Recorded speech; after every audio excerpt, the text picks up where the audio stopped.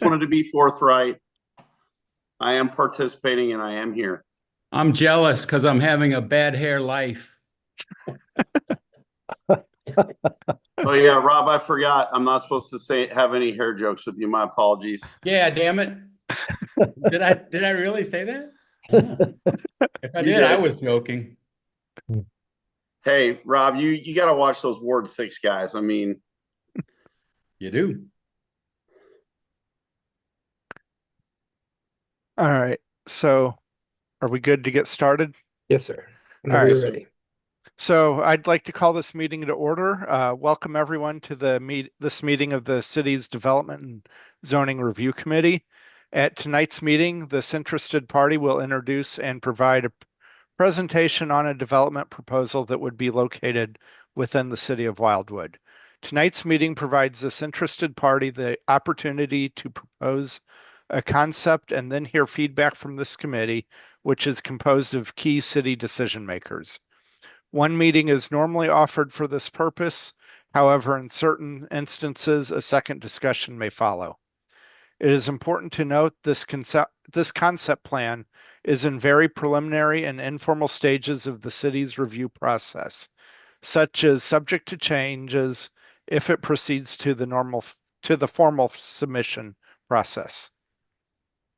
The committee welcomes the public's attendance tonight via the Zoom webinar platform or streaming on YouTube, but given the preliminary and informal nature of the presentation, public comment is not being sought at this time. If the proposed development does proceed to the formal submission process, members of the public will have numerous opportunities to address the city's Planning and Zoning Commission and City Council regarding it at that time. The committee would like to thank you for your attendance at tonight's meeting.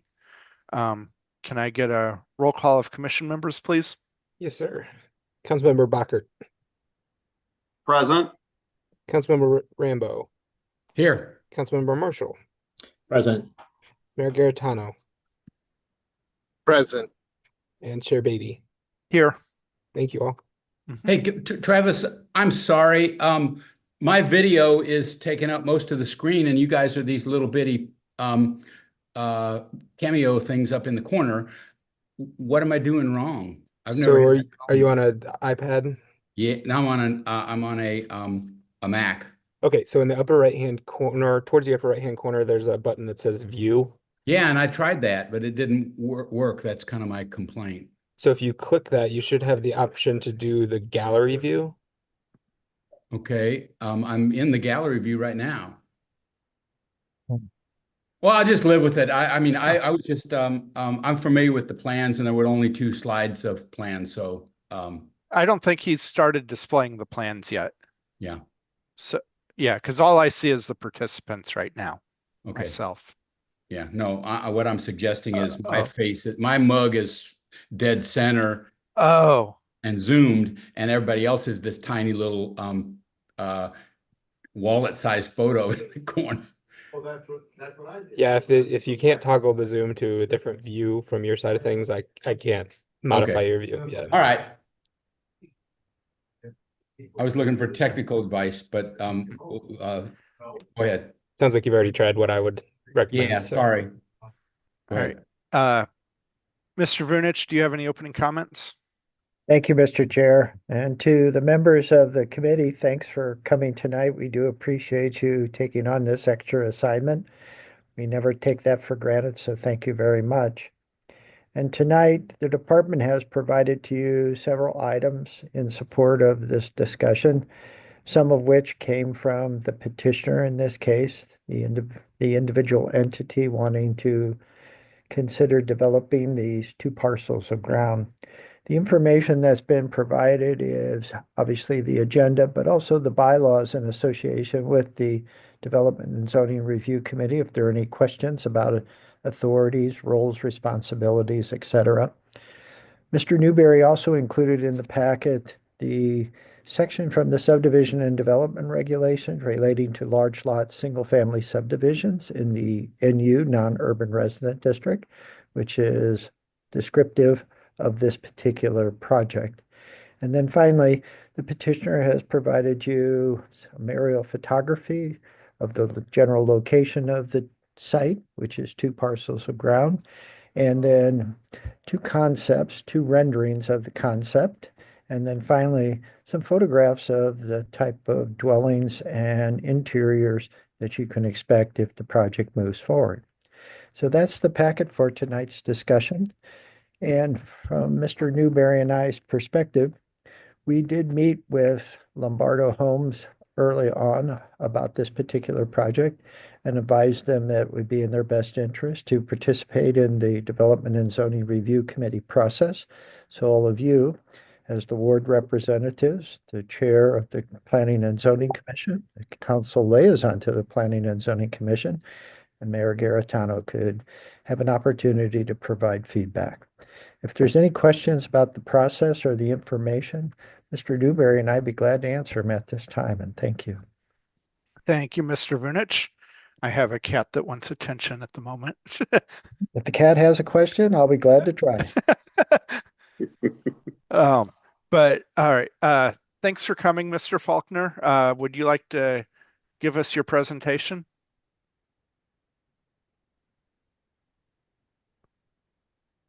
And you are muted.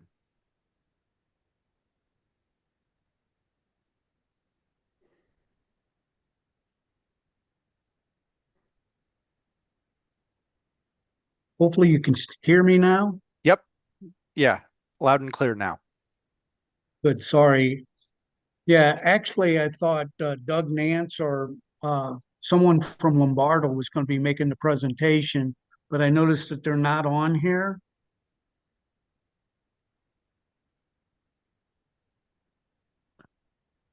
Yeah.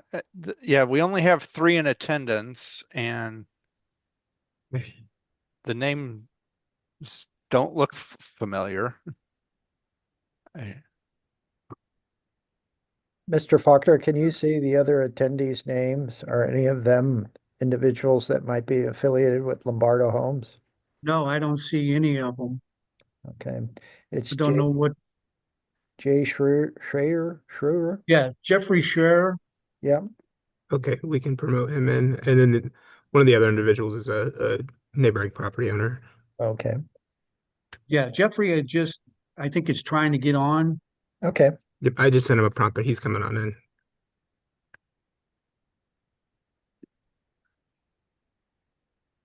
Mr. Faulkner, ask and you shall receive. Yeah, that's great. Hi, guys. Welcome in. Hi, Jeffrey. My name is Jeff Schreier. I'm an engineer for Lombardo Homes. We have those 2 tracks under contract, and as Joe has said, we have met with the city, and we would like to do 3-acre lots on that site. And I guess, Travis, are you changing screens, or do I have a way to?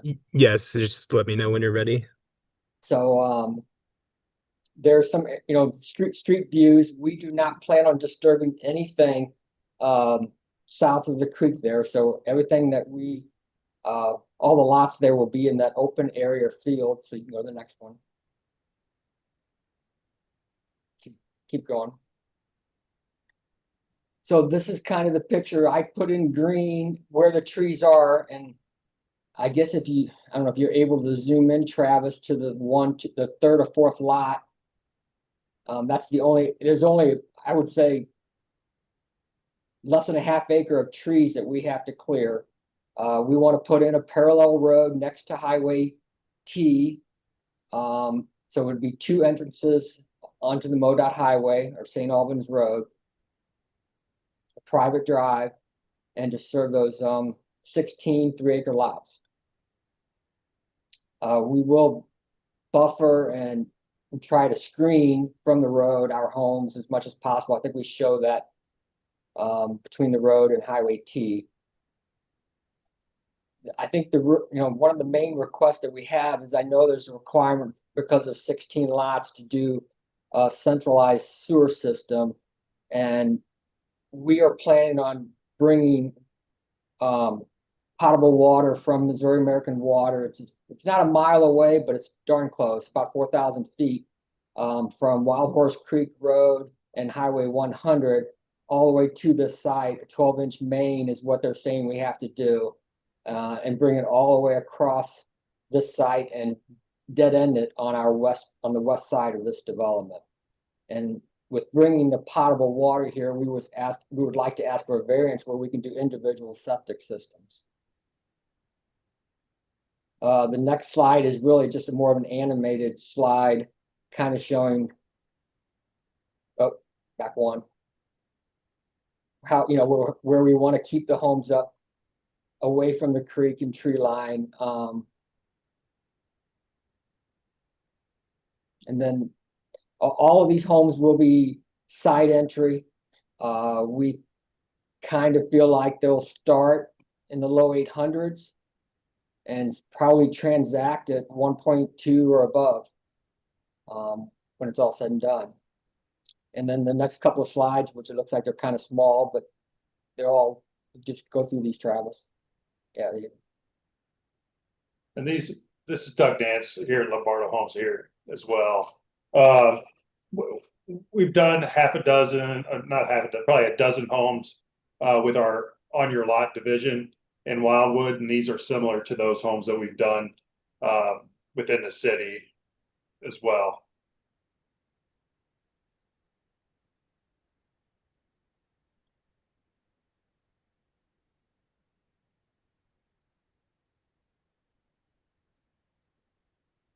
And they'll range anywhere in square foot from 2,800 square foot to anywhere north of 5,000 square foot, depending on the different options that you put in on them. So I like that patio. We are a unique builder. We're a custom home builder in a way that we have two models or two series of homes that we will be offering here, our larger estate, homes, but we will allow a customer to, if they want to add 4 feet to the side of the house or 4 feet to the depth, or if they want to move the bathroom from this location to another location, we will do that for the potential buyer. custom elevations if they want to do them. As someone who would have loved to get 4 feet on my garage, I appreciate that. Well, I have seen a lot of things in garages, up to 6 cars and Detached garages. 4 foot here and 4 foot there. So we don't have much more to say. If we're here to answer any questions. Well, thank you. Does the commission have any questions? Can you hear me? Yeah. Mm-hmm. Yeah, I didn't raise my hand. Do you want me to do that? Sorry. So you can go ahead, Rob, or Councilman Rombod. Okay. Yeah, so it's great that you are leaving the hillsides undisturbed. That's partially of necessity, I'm sure, because you don't want to cross the creek, but that works for us, or certainly works for me. My questions concern the details on the berm that you're hoping to put up, because that's been since time immemorial, since it was an Indian path that has always been open there, where you could see from, the what is now St. Albans Road or T Highway off to the south to the hillside. Well, you got to give that up, but I'm wondering how much of that view you're going to block. Are you going to try to completely hide the houses behind something? Because that might be a monstrosity. And it shows a lot of landscaping. I'm sure it's going to be pretty well done, but the concern for me is not the view from the homes to the highway. The concern for me is the view from the highway to the homes. And so can you just speak to the details of that, please? Well, we were not planning on building any berm. Everything slopes from Highway T down to the creek. So we want to try to use that as much as possible with the stormwater so that we can keep everything in swales on each lot line that goes to the creek. So, I mean. Okay, so I'm sorry. So it was hard to see on your plans that you submitted were simplistic, and I understand that, but it looked like you were doing some sort of landscaping. What about the trees and stuff that you're? So yeah, we we showed a typical landscape buffer that we typically do in some of our developments, but that's totally up to, I mean, it's a negotiation. I mean, Okay. I mean, if you all wanted something less and one more Yeah. view, we could definitely take out some of that. I mean, it's usually green giants, maples, oaks, and evergreens that we put in those buffers. But we could scale that back if that's what you all were looking for, something less. Usually, we're just kind of used to seeing with the landscape package, why we do that is what we've seen in other municipalities wanting, but we can scale that back as much as you would like. No, this is just me talking, but I'm, my concern with developments typically is, the reality that I don't care what the folks have to look at internal to the subdivision. I just want to minimize the visual and other impacts for the existing residents. That's what I'm probing here. And if you're doing some, landscaping that's individualized on a per lot basis and it doesn't look regular, because 16 similarly sized, similar elevation homes right there in a row, 200 feet apart, that stretches for quite a ways, and that's going to be quite an impact. And I'm just kind of trying to look ahead because I'm familiar with the complaints that residents make once they get wind of a particular development. So I guess it sounds like it's too preliminary for you to provide any details on that, but just be aware. I mean, That's going to be a big hot button. Yeah, if we move forward, we can do some 3D renderings of that with the homes in the background from the street of what that looks like, so that you all have a better view of that. And then also every home, we have a monotony rule, so no home can look the same next to each other. So we try to break all the homes up so they all look different. That's great news. They're expensive homes, and the people that want to buy them are probably not going to be looking for a cookie cutter type of a solution either. But so have you considered varying the distance from the road a little bit, just so that they're kind of, I'm not saying staggered, one close, one far, one close, one far. I'm saying some sort of a variation there so it doesn't look quite as regular like soldiers lining up. Yeah, I mean, you got a lot of we can space look there. at. Yeah, we can look at that. Some of it will have to do with the individual septic fields and how far the house has to be from them. So once we get in, we think next week we're doing some testing, which we'll know more about the septics and with the soils tests that we're going to be doing. And based off that, we can start to do maybe some preliminary layouts of where that septic field can go and an idea of where the house can go. Just know, like, if the septic field is behind the house, depending on how many bedrooms that field can grow, so that house might need to flex a little bit. I think that's been bottom land for eons, so you can put the septic fields wherever the heck you want, I'm sure. And it looks like the lots are pretty skinny. Most of them are only 200 feet wide. I'm looking for a little more variance in the appearance.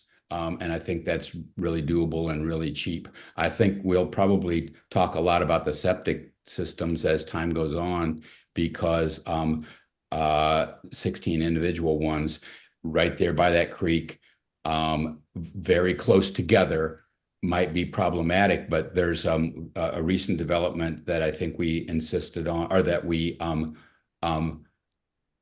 approved, with shared septic systems, like two homes share a septic field, or there's solutions like that. You're going to have to do a bunch of that work with us too, because 16 septic fields right there will be a non-starter for the neighbors. And we've already had trouble with we've had complaints from those folks about a commercial facility, a greenhouse that's pretty close to where you guys are trying to build.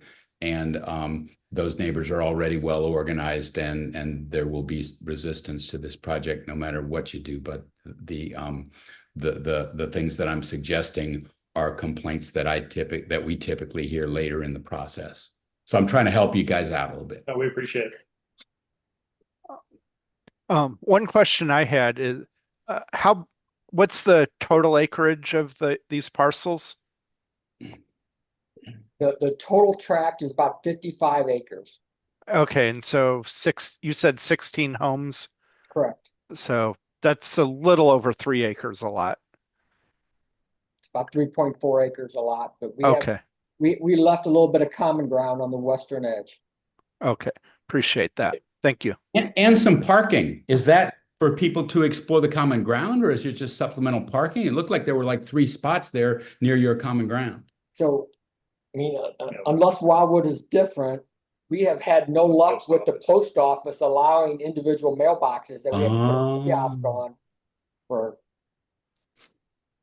That's just so you don't have to park on the road and block it. Gotcha. Yeah, so they really are mandating communal mailboxes everywhere now, aren't they? it doesn't matter what size lot you build. Mhm.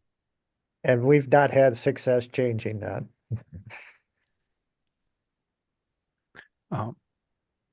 Are there any more questions from the commission?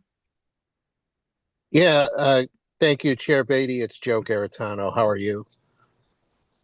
Can you hear me? Yeah, I'm doing. I Okay. assume you were talking to them, but I'm doing. No, good. I'm good. Yeah, I think the one comment I would say is I think just have conversations with Director Vunich and the department, especially when I was listening about the comments regarding the, their septic systems, because the department has had experience in addressing that, and then, whatever concerns people bring up. We've also have, as recently another development in Ward 1 where I think they were looking to get a variance to put in a more, Director Vunich, what do they call that? The kind of centralized system. Centralized wastewater treatment plant. Okay, so I think, yeah, the department will probably have some thoughts around that, how you can make that work. Thank you, Mayor. Anyone else have any comments? No, I disagree with the whole sewer issue. I think is going to be, especially the neighborhood, because there's been flooding in the creek behind there. So I think that will be something, if you come back with a really good plan on how you're going to handle that, that will take away some of those concerns. So. And while we're on the subject of the creek, I assume it still drops off enough behind the houses that flooding won't be an issue back there. Well, the plan does have I did show on the plan, there is a little bit of floodplain on the very western portion, which is where the common ground lot is. Okay. And Mr. Chair, Mhm. we verified that, we being the city, we took a look at the firm maps from FEMA. And as Mr. Newberry showing, that Hatchard area is the 100-year floodplain. Okay, great. But the majority of it, as the gentleman mentioned, is encompassed in the common ground area. Yeah. Yeah. If you can pan back up towards Highway T a little bit, I'm just trying to read the contour map there. Are those 2-foot contours? It looks like. Those are 2-foot contours. Okay. So 1, 2, 3. So most of it sits a good 10 feet above her. So the floodplain. Yeah. Well, that's last year's 100-year floodplain. This year's Right. getting worse every year, but 10 feet gives us a lot of freeboard. But those folks are going to have some wet backyards over time. They just are. Yeah. I'm assuming this will be similar to some of the homes along Pond Road as you get closer to BA. Mhm. Again, Mr. Chair, they provided photographs of the type of dwellings that they've been Oh, successful in. I'm just referring to the topography of the lots. Oh, pardon me. Yeah. Yeah, because I know they've built a few homes in that Creek Valley along Pond Road, and pretty wide valley, and I assume there have not been any issues along there. No, we apply a pretty stringent standard. We require 2 feet of freeboard from the low sill itself. And so that's a standard that's about a foot greater than what county requires. And during the 1993 flood, 1 foot of freeboard basically kept everybody dry. So it's a good standard, and Mr. Brown, our floodplain manager, does a good job.